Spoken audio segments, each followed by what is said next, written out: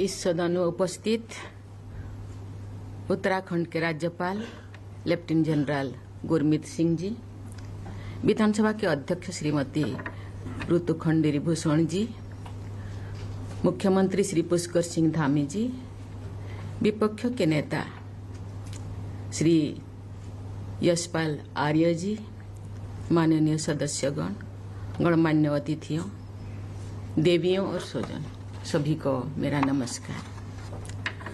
उत्तराखंड राज्य की स्थापना की रजत जयंती के ऐतिहासिक अवसर पर लोकतंत्र के इस मंदिर में विधानसभा के विशेष सत्रों में आप सबके बीच आकर मुझे अत्यंत प्रसन्नता हो रही है। इस अवसर पर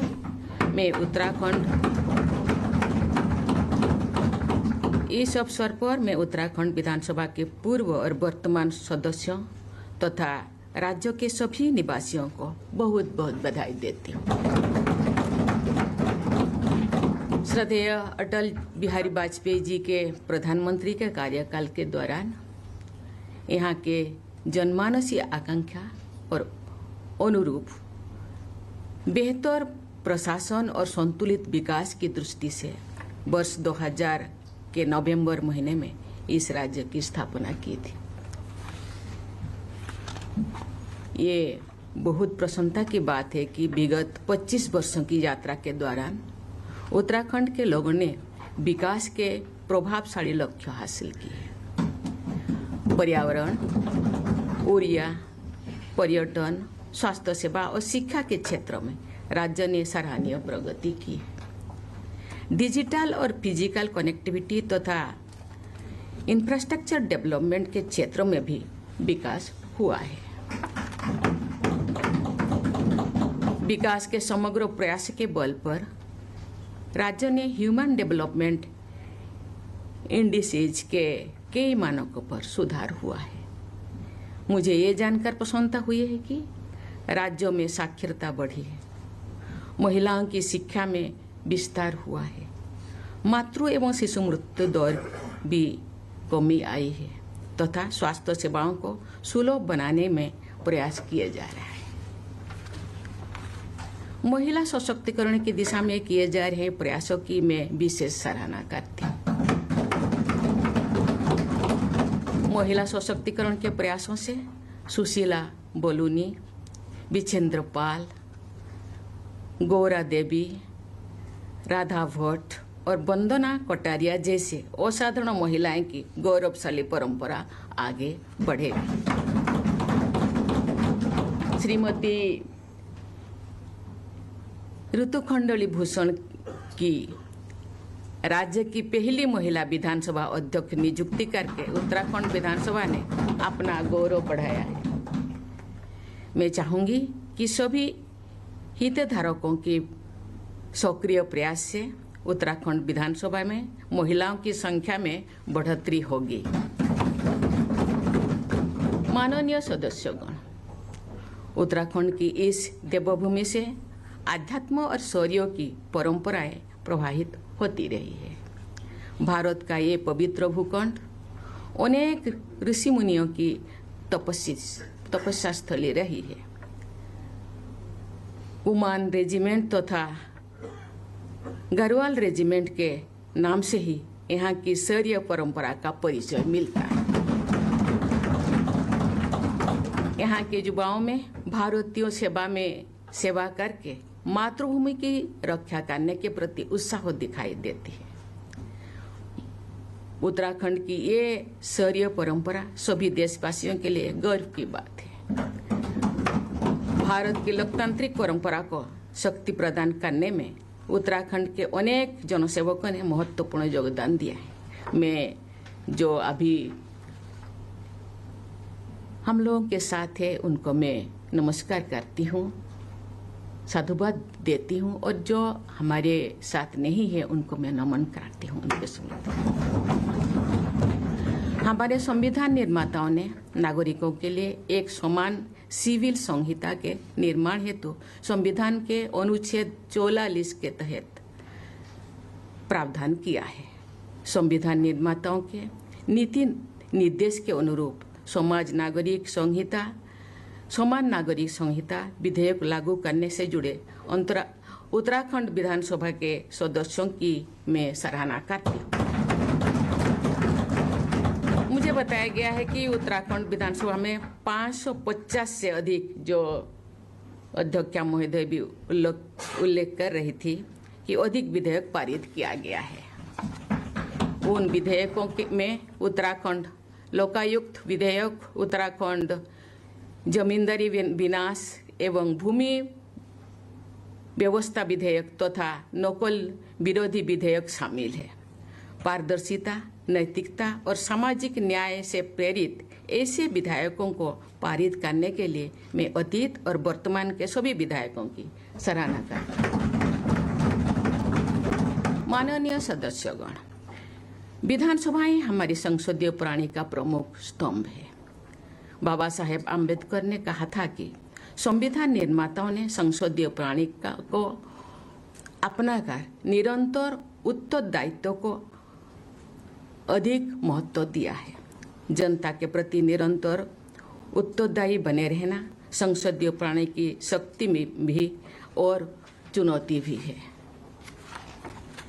विधायकगण जनता और शासन के बीच की सबसे महत्वपूर्ण कड़ी होते हैं।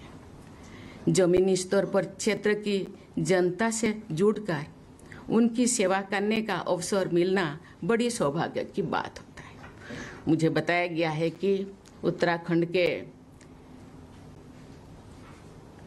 जनसंख्या करीब 1.5 करोड़ है, लेकिन यहाँ इतने लोगों ने चुन करके केवल गिनी चुनी लोगों को, केवल मुट्ठी भर लोगों को यहाँ भेजा है और उनका विश्वास, उनका आशा, उनका भरोसा करके विधानसभा को भेजना और उनके लिए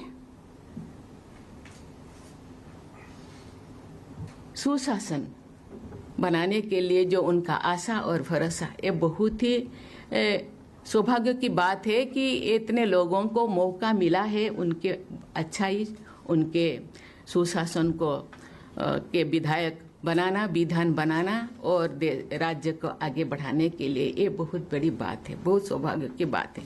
एक विधायक के रूप में मुझे जनसेवा करने का अवसर मिला था। अपने अनुभव के आधार पर मैं कह सकती हूँ कि यदि विधायक सेवाभाव से निरंतर जनता की समस्याओं के समाधान तथा उनके कल्याण में सक्रिय रहेंगे तो जनता और जनप्रतिनिधि के बीच विश्वास का बंधन अटूट बने रहेगा। सामान्य जनता जनप्रतिनिधि के निष्ठा की महत्व देते हैं। मैं अनुरोध करूंगी कि विकास तथा जनकल्याण के कार्यों को आप सब पूरी निष्ठा के साथ आगे बढ़ाएंगे। ऐसे कार्य दलगत राजनीति से ऊपर होते हैं। समाज के वंचित वर्गों के कल्याण एवं विकास पर आप सब विशेष संवेदनशीलता के साथ कार्य करेंगे। साथ ही युवा पीढ़ी को विकास के अवसर प्रदान करना आपकी प्राथमिकता होनी चाहिए। मुझे ये जानकर प्रसन्नता हुई है कि उत्तराखंड विधानसभा में इस वर्ष नेशनल इलेक्ट्रॉनिक विधान एप्लीकेशन की व्यवस्था का शुभारंभ हुआ है तथा इसके माध्यम से 2 सत्रों का संचालन भी किया जा चुका है। इस एप्लीकेशन के जरिए आप सभी विधायकगण संसद तथा अन्य विधानसभाओं एवं विधान परिषदों के बेस्ट प्रैक्टिसेस को समझ सकते हैं और अपना सकते हैं। माननीय सदस्यगण, उत्तराखंड में अनुपम सांस्कृतिक संपदा और सौंदर्य विद्यमान है। ये प्राकृतिक सौंदर्य से भरपूर है। ये देवभूमि भी है। प्रकृति के इस उपहारों का संरक्षण करते हुए विकास के मार्ग पर राज्य को आगे ले जाना आप लोगों का कर्तव्य होना चाहिए। उत्तराखंड की 25 वर्षों की विकास यात्रा विधायकों की योगदान से ही संभव हो पाए हैं। मैं आशा करती हूँ कि जन आकांक्षा को आप सब सक्रिय अभिव्यक्ति देते रहेंगे। हम सब जानते हैं 25 साल एक युवा अवस्था होता है। एक युवक 25 साल होने से उनके मन में जो एवं शरीर में जो ऊर्जा होता है, जमीन तो जमीन, पूरा आकाश जीत जाने का जो जज्बा होता है, मुझे लगता है ये मानसिक पूरा विधायक, पूरा सदस्यों के मन में होगा और आप लोगों से प्रेरणा लेकर ये जमीन के युवा ऊर्जावान होंगे और राज्य को आगे ले जाने के लिए प्रयास करेंगे। हम सब जानते हैं 25 साल मनाने का बहुत खुशी तो है ही, लेकिन आज का दिन आत्मसमीक्षा करने का दिन भी होना चाहिए। हम अभी तक 25 साल कितने दूर राज्य को आगे ले जाए हैं और आगे हम क्या करेंगे कि ये राज्य को पूरा देश में नंबर 1 बनाने के लिए प्रयास कैसे कर सकते हैं। इसलिए भी आज एक योजना बनाने का भी एक सम्मिलित उद्यम होना चाहिए। मुझे विश्वास है कि राष्ट्र सर्वोपरि की भावना के साथ आप सब राज्यों को तथा देश को विकास के पथ पर तेजी से आगे ले जाएंगे। आज मैं पुनः जिस गृह के नेता जिस चीज को हम लोगों के सामने रखे उसको मैं दोहराना चाहूँगी। आज एक बहुत खुशी की भी दिन है, एक बड़ा राज्यों के नहीं, पूरा देश के, पूरा विश्व के। आज हम लोगों के बेटियां पूरा विश्व को एक मैसेज दिए हैं कि हम किसी से कम नहीं हैं, हम यहाँ के युवा ऊर्जावान हैं, महिलाएं भी पीछे नहीं है। मुझे लगता है इस जमीन में, इस भारत देश में 140 करोड़ लोग हैं, उनमें से आधा आबादी महिलाएं हैं। हम जो सपने देख रहे हैं कि 2047 तक भारत को विकसित राष्ट्र बनाने का, इसमें सभी राज्यों का सहयोग, सभी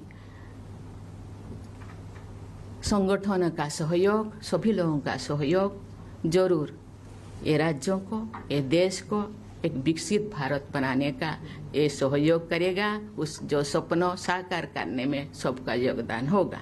मैं उत्तराखंड के सभी निवासियों के स्वर्णिम भविष्य की मंगल कामना करती हूँ। धन्यवाद। जय हिंद, जय भारत, जय उत्तराखंड।